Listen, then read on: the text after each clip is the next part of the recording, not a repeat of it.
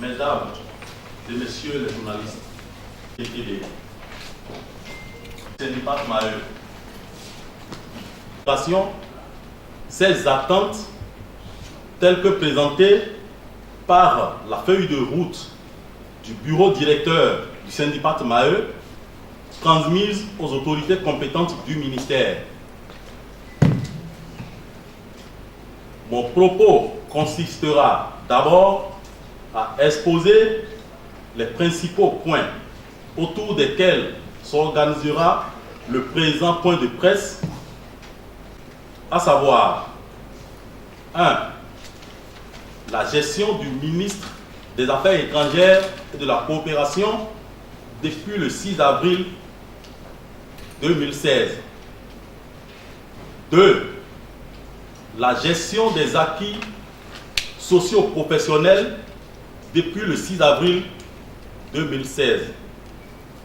3. La problématique de la fermeture des ambassades et de la transformation de certaines d'entre elles en consulats généraux. 4. Les conditions de vie et de travail ici à la centrale et dans les postes diplomatiques et consulats généraux du Bénin. 5. Les approches de solutions du syndicat Maheu. Ensuite, la parole vous sera donnée pour une ou deux questions sur cet exposé. Le cas échéant, je vais essayer, avec le concours de mes camarades, membres du bureau directeur et notre structure fêtière qui est la CGTB, d'apporter des réponses aux questions avant de procéder à la clôture de la rencontre. Chers amis de la presse, chers camarades, mesdames et messieurs, une fois ce décor planté, permettez-moi d'entrer dans le vif du sujet. La gestion du ministre des Affaires étrangères et de la coopération depuis le 6 avril 2016. L'appréciation du syndicat Maheu, qui veut exprimer plus haut ce que tout le personnel pense bas, de la gestion du ministre depuis le 6 avril 2016, va aborder le sujet sur le plan de la gestion administrative et le mode de fonctionnement du ministre des Affaires étrangères et de la coopération. En effet, au plan administratif, le ministère reste encore un grand chantier ouvert où les nouveaux organes mis en place par le nouveau décret portant attribution, organisation et fonctionnement du ministère continuent de cohabiter avec ceux abrogés au terme du dit décret. Le bureau directeur prend acte de l'adoption de ce décret et de la nomination de nouveaux responsables à la tête de certaines structures administratives du ministère.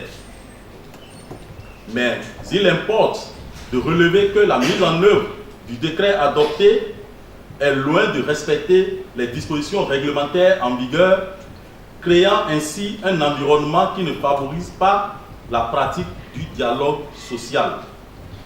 Sinon, comment comprendre que sur 140 diplomates en activité, parmi lesquels une bonne vingtaine fera valoir son droit à la pension de retraite dans 5 ans, l'autorité ne trouve aucune compétence à proposer au président de la République pour occuper le poste d'ambassadeur de la République du Bénin à l'étranger. Quant au mode de fonctionnement, du ministre ces 7 derniers mois, il est marqué par une absence totale de prise en compte des préoccupations du personnel, une gouvernance auto-centrée sur la personne du chef, un mépris des avis des professionnels de la diplomatie, anciens comme nouveaux, un refus de la prise en compte des préoccupations rappelées à maintes reprises par les partenaires sociaux, le non-respect des règles élémentaires de l'administration publique en général et celle des affaires étrangères en particulier. Ce mode de fonctionnement auquel nous assistons plombe la volonté des acteurs sociaux que nous sommes pour accompagner les réformes du gouvernement. Face à ce tableau non reluisant, que dire de la gestion des acquis sociaux professionnels? Comme tous les travailleurs partout dans le monde, ceux des affaires étrangères tiennent à leurs acquis socio-professionnels, pour la plupart obtenus de haute lutte.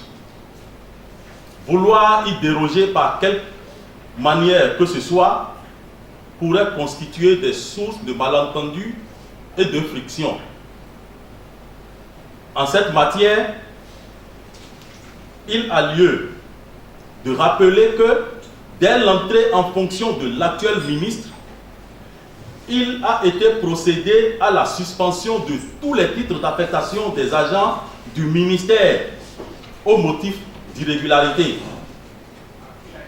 Depuis, c'est le silence plat. Cette situation qui perdure crée un malaise dans la mesure où elle frappe en général des agents remplissant les conditions d'affectation requises dans les postes diplomatiques et consulaires. Il y a également la situation des agents en fonction dans les ambassades, rappelées pour la plupart à la centrale, du fait de la fermeture de certains postes, alors que la plupart de ces fonctionnaires n'ont pas encore épuisé leur temps réglementaire de séjour en poste. S'il est de notoriété publique que la règle administrative est toujours écrite, que dire du développement presque frénétique ces derniers mois des instructions verbales du ministre allant à l'encontre de certains acquis sociaux professionnels des agents. Mesdames et messieurs, chers journalistes, ces différentes situations ayant fait l'objet de 2 séances de travail entre notre bureau directeur et le ministre constituent autant de sources de tension et de crispation au sein du personnel.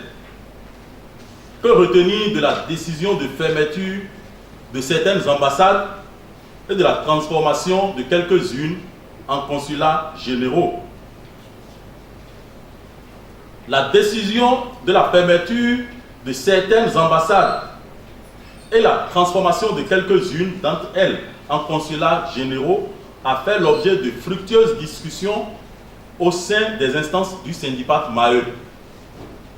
La volonté affichée par le président de la République de faire de la diplomatie un véritable outil de développement est saluée par tous les acteurs de la diplomatie béninoise, s'est clairement exprimé dans son programme de société.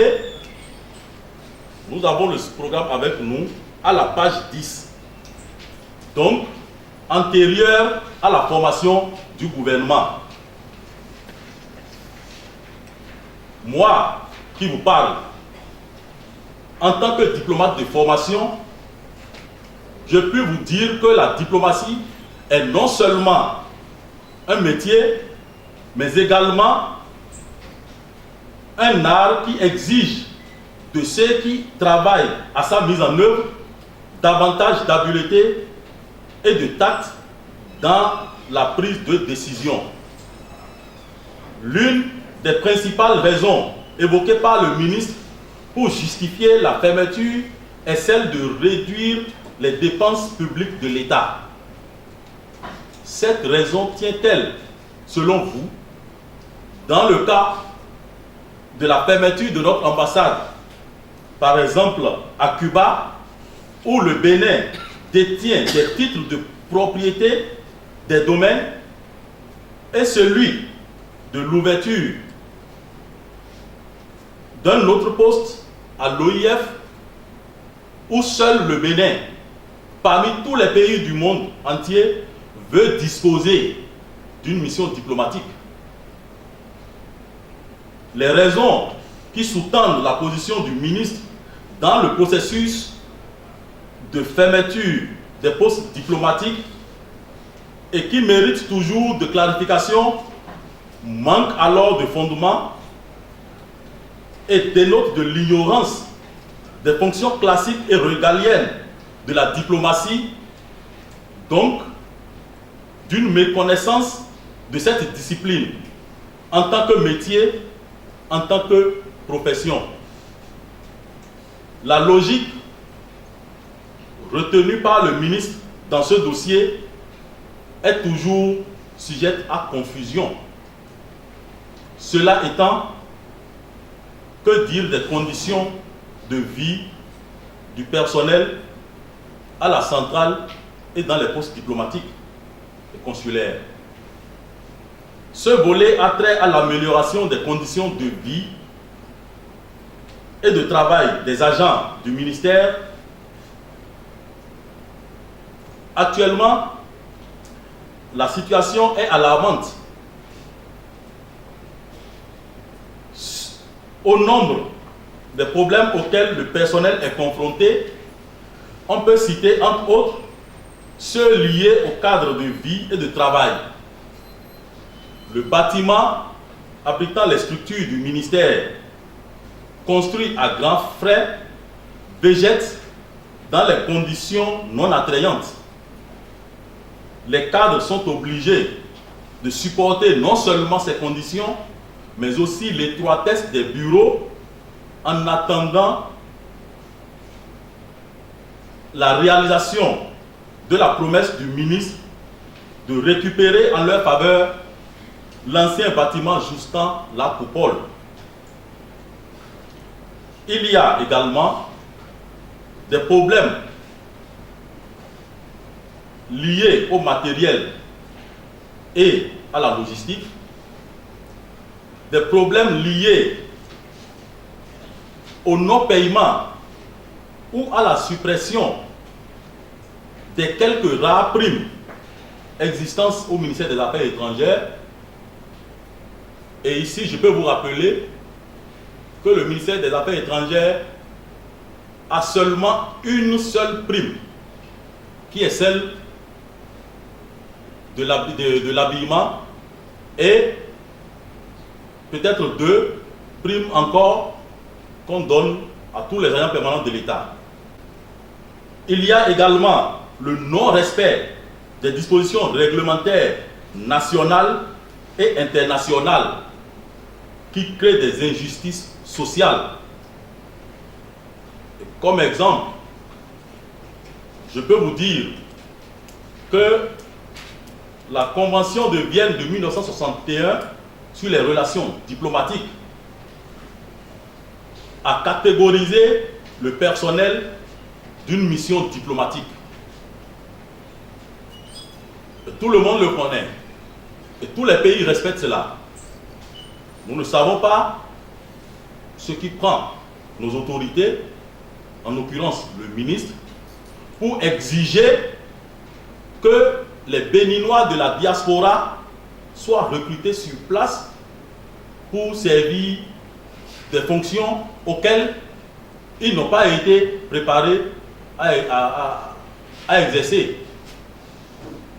C'est vraiment un problème sérieux qui risque les jours à venir de faire paralyser l'administration des affaires étrangères. Pour remédier aux différents problèmes relevé supra, le bureau directeur a adopté une approche innovante et originale. Celle-ci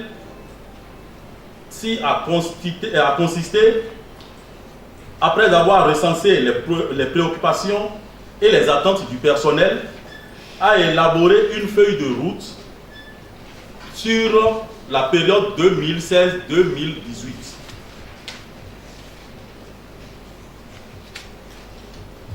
Quant aux approches de solutions, la politique étrangère, expression de la souveraineté internationale, de l'État et de sa sécurité, nécessite une attention particulière de la part des autres ministères exerçant aussi les fonctions régaliennes, à savoir la justice, la défense et la sécurité publique, les finances d'une part, et des institutions compétentes telles que l'Assemblée nationale, la Cour constitutionnelle et la Cour suprême d'autre part.